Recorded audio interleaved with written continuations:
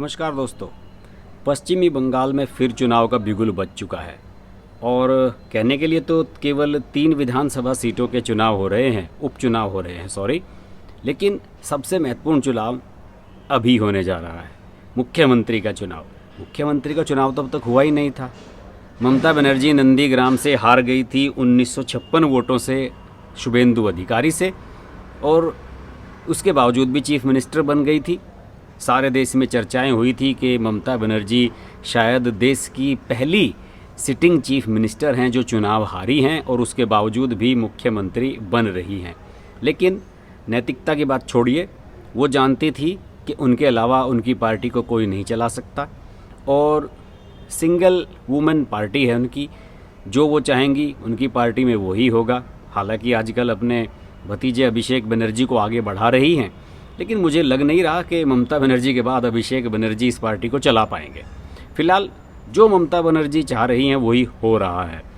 और बीजेपी को चौंकाते हुए चुनाव आयोग ने 3 विधानसभा सीटें जो हैं पश्चिम बंगाल की, उनके उपचुनाव का अचानक ऐलान कर दिया, जबकि 7 सीटें खाली पड़ी हुई हैं। और मुझे लगता है कि शायद यही वजह थी कि बीजेपी के पास बी प्लान नहीं था कि भाई अगर चुनाव डिक्लेयर हो जाता है तो हम किसे ममता बनर्जी के सामने प्रत्याशी बनाएंगे।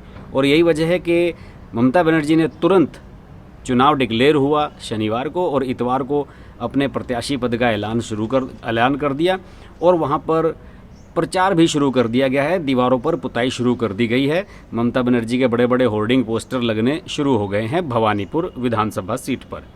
और देखिए पोस्टर कौन लगवा रहा है, उनके मिनिस्टर फिरद हाकिम खुद मौके पर देखे गए, वहाँ पर वॉल पेंटिंग कराते हुए और खेला हो बे और ये सब चीज़ें ममता बनर्जी के नारे लिखवाते हुए नजर आए।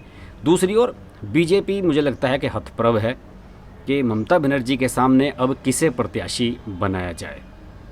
इस पूरे प्रकरण में एक चीज़ तो स्पष्ट हो गई है कि जब से बीजेपी पश्चिम बंगाल का चुनाव हारी है, जहाँ वो सोच रही थी कि उसकी सरकार बन रही है, वहाँ वो केवल 75 सीटें ही ला पाई और प्रचंड बहुमत के साथ ममता बनर्जी तीसरी बार लगातार सीएम बन गई। तो मुझे लगता है कि बीजेपी तभी से क्लूलेस है। बीजेपी का कॉन्फिडेंस भी हिला हुआ है। चुनाव के बाद जो हिंसा हुई और जिस तरह से एक के बाद एक बीजेपी के नेता, कार्यकर्ता, यहाँ तक कि 4 विधायक पार्टी छोड़कर टीएमसी में जा चुके हैं, उससे मैं इस समय बीजेपी बहुत नर्वसनेस की पोजीशन में है। कुछ लोगों का ये कहना है कि जो पार्टी का हाईकमान है, केंद्रीय नेतृत्व है, जो दिल्ली में बैठा रहता है, उसने पश्चिम बंगाल की बीजेपी को अपने हाल पर छोड़ दिया है। एक बार ये कहा जा रहा था कि दिलीप घोष को भी बदला जा सकता है, जो यहाँ प्रदेश अध्यक्ष है, उनके स्थान पर किसी और को नियुक्ति दी जाएगी, लेकिन ऐसा नहीं हुआ।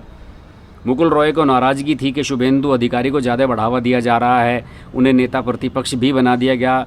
मुकुल रॉय नाराज़ होकर वापस टीएमसी में चले गए। अब स्थिति ये है कि बीजेपी के पास ममता बनर्जी के सामने भवानीपुर विधानसभा सीट पर उतारने के लिए कोई बड़ा नाम नहीं है। जब यहाँ 2021 में अभी चुनाव हुआ था तो आप सब जानते हैं कि 2011 और 2016 में ममता बनर्जी भवानीपुर से ही विधायक बनी थी, लेकिन नंदीग्राम से शुभेंदु अधिकारी ने चैलेंज कर दिया था तो उनके सामने लड़ने चली गई थी। उन्होंने अपनी जगह पर यहाँ पर टीएमसी के बुजुर्ग नेता हैं शोभन देव चट्टोपाध्याय, उन्हें प्रत्याशी बनाया था और बीजेपी ने रुद्रनील घोष को, और रुद्रनील घोष 29,000 वोट से हार गए थे। लेकिन चुनाव के कुछ दिन बाद ही शोभन देव भट्टाचार्य ने इस्तीफा दे दिया था और ये चर्चा फिर होने लगी थी कि ममता बनर्जी भवानीपुर से उपचुनाव लड़कर विधायक बनेंगी और मुख्यमंत्री बनी रहेंगी, क्योंकि 5 नवंबर से पहले उनका मुख्यमंत्री पद पर बने रहने के लिए विधायक बन जाना बहुत ज़रूरी था। खैर शोभन देव चट्टोपाध्याय से इस्तीफा दिला दिया गया, लेकिन बड़ा समय तक इंतजार भी करना पड़ा उन्हें। बाकी और सब भी सीटें थी, उन्हें इस्तीफा दिलवाने की ज़रूरत नहीं थी। कुछ और सीटें थी जहां पर प्रत्याशियों की मौत हो गई थी, जैसे कि आपको पता ही है कि जंगीपुर से भी प्रत्याशी की मौत हो गई थी, शमशेरगंज से हो गई थी। दोनों जगह उपचुनाव हो रहे हैं और वहाँ पर जंगीपुर से जाकिर हुसैन और शमशेरगंज से अमीरुल इस्लाम को प्रत्याशी बनाया है, तो वहाँ से भी ममता बनर्जी लड़ सकती थी, मुस्लिम बहुल इलाके हैं, जीत भी सकती थी। लेकिन उन्होंने कहा कि नहीं, भवानीपुर से ही लड़ूंगी और स्पेशली एक सीट अपने लिए खाली करवा रखी थी। अब बीजेपी के सामने चैलेंज है कि यहाँ पर किसे मैदान में उतारा जाए। देखिए 6 तारीख को यानी कि 6 सितंबर को नोटिफिकेशन हो जाएगा भवानीपुर सीट के लिए। 1 हफ्ते का समय होगा नामांकन का, 13 तारीख तक नामांकन चलेंगे। 14 तारीख को होगी पर्चों की जांच और 30 सितंबर को होगा मतदान और 3 अक्टूबर को होगी मतगणना। अब यानी कि बीजेपी के पास मैक्सिमम 12 सितंबर तक का समय है कि वो अपने प्रत्याशी फाइनल कर ले, किसे उतारना है किसे नहीं उतारना है। कुछ लोगों का कहना है कि शायद बीजेपी रुद्रनील घोष को ही दोबारा उतारेगी। रिनाउंड चेहरा है, जानते हैं सब लोग उनको। दूसरी ओर एक बड़ा थॉट ये चल रहा है कि मेघालय के जो गवर्नर रहे हैं तथागत रॉय, उन्हें यहाँ से उतार दिया जाए। बंगाली हैं, जाना माना चेहरा है। हालांकि तथागत रॉय ने कहा है, एक बयान में इनका पढ़ रहा था कि भाई मुझे अभी तक किसी ने नहीं कहा है कि आप चुनाव लड़ें, मैं इस बारे में कुछ नहीं कह सकता।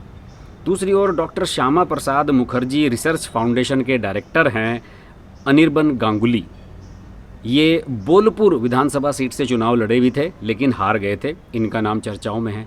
इसके अलावा एक्स IPS हैं भारती घोष, इनके बारे में मैंने एक वीडियो भी बनाया था और वो प्रोफाइल वीडियो आप ज़रूर देखें। उस प्रोफाइल वीडियो में मैंने बताया था कि भारती घोष किस तरीके से ममता बनर्जी के सामने एक बड़ा चेहरा हो सकती हैं। हो सकता है कि शायद उन्हें प्रत्याशी बना दिया जाए। महिला हैं, दबंग हैं, IPS अफसर रही हैं, पढ़ी लिखी हैं, हो सकता है कि वो उनके सामने प्रत्याशी लड़ जाएं। लेकिन दिलीप घोष जो पार्टी के प्रदेश अध्यक्ष हैं, उनका गुट चाहता है कि तथागत रॉय को ही उतारा जाए मैदान में, क्योंकि तथागत रॉय ये कहते हुए घूम रहे हैं कि पार्टियों का चयन सही नहीं था, प्रत्याशियों को सही टिकट नहीं दिए गए, इसलिए हम बीजेपी वाले यहाँ पर हार गए। तो अब उनके सामने मौका होगा कि आइए ममता बनर्जी को हरा कर दिखाइए।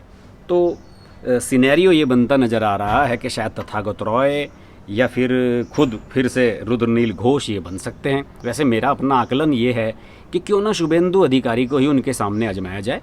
शुभेंदु अधिकारी ने ये भी कहा था चुनाव के समय कि ममता बनर्जी भवानीपुर से चुनाव लड़ती तो वहाँ से भी हारती, और यहाँ पे भी मेरे सामने लड़ी हैं तो हार ही गई हैं।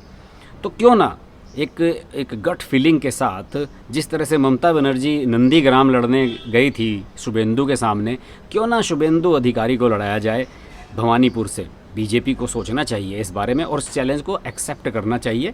ये एक बड़ा चैलेंज होगा और इसका एक क्या कहना चाहिए कि एक राजनीतिक मैसेज भी जाएगा कि शुभेंदु अधिकारी को जिस तरीके से पार्टी बढ़ा रही है पश्चिम बंगाल में, उसका ये मैसेज जाएगा कि देखिए शुभेंदु अधिकारी अभी भी बीजेपी का सबसे बड़ा फेस है और वो जो चाहें वो कर सकते हैं।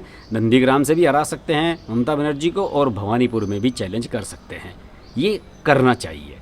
देखते हैं क्या होता है। हो सकता है कि जब आप ये वीडियो देख रहे हो तो प्रत्याशियों का ऐलान भी हो चुका हो, लेकिन मेरा मानना ये है कि ममता बनर्जी के सामने अगर किसी को चुनाव लड़ना चाहिए तो वो शुभेंदु अधिकारी हैं। उन्हें चुनाव लड़ना चाहिए, एक जगह से इस्तीफ़ा दे देना, क्या हुआ, नंदीग्राम से इस्तीफ़ा दे देना, इसमें दिक्कत क्या है, फिर उपचुनाव हो जाएगा। तो देखते हैं इसमें क्या होता है। अलबत्ता पश्चिम बंगाल के इस उपचुनाव पर तो हमारी नज़र बिल्कुल बनी रहेगी। बंगाल के वीडियोज़ मैंने पहले भी बहुत बनाए हैं। आपको अगर मेरे वीडियोज़ अच्छे लगते हैं तो मेरे चैनल को सब्सक्राइब करें, वीडियोज़ को लाइक करें, शेयर करें अपने दोस्तों के साथ, कमेंट के माध्यम से मुझे फीडबैक दें। और अगर मेरे साथ लाइव जुड़ना चाहते हैं तो मेरी मेंबरशिप ले सकते हैं, मेरे व्हाट्सएप ग्रुप में जुड़ सकते हैं। बहुत सारे ऑप्शंस हैं आपके सामने। देखते रहिए हर्ष की बात लाइव। नमस्कार। अगर आपको हमारी वीडियो पसंद आई तो वीडियो को लाइक करें, चैनल को सब्सक्राइब करें और नोटिफिकेशंस के लिए बेल आइकन को प्रेस करें।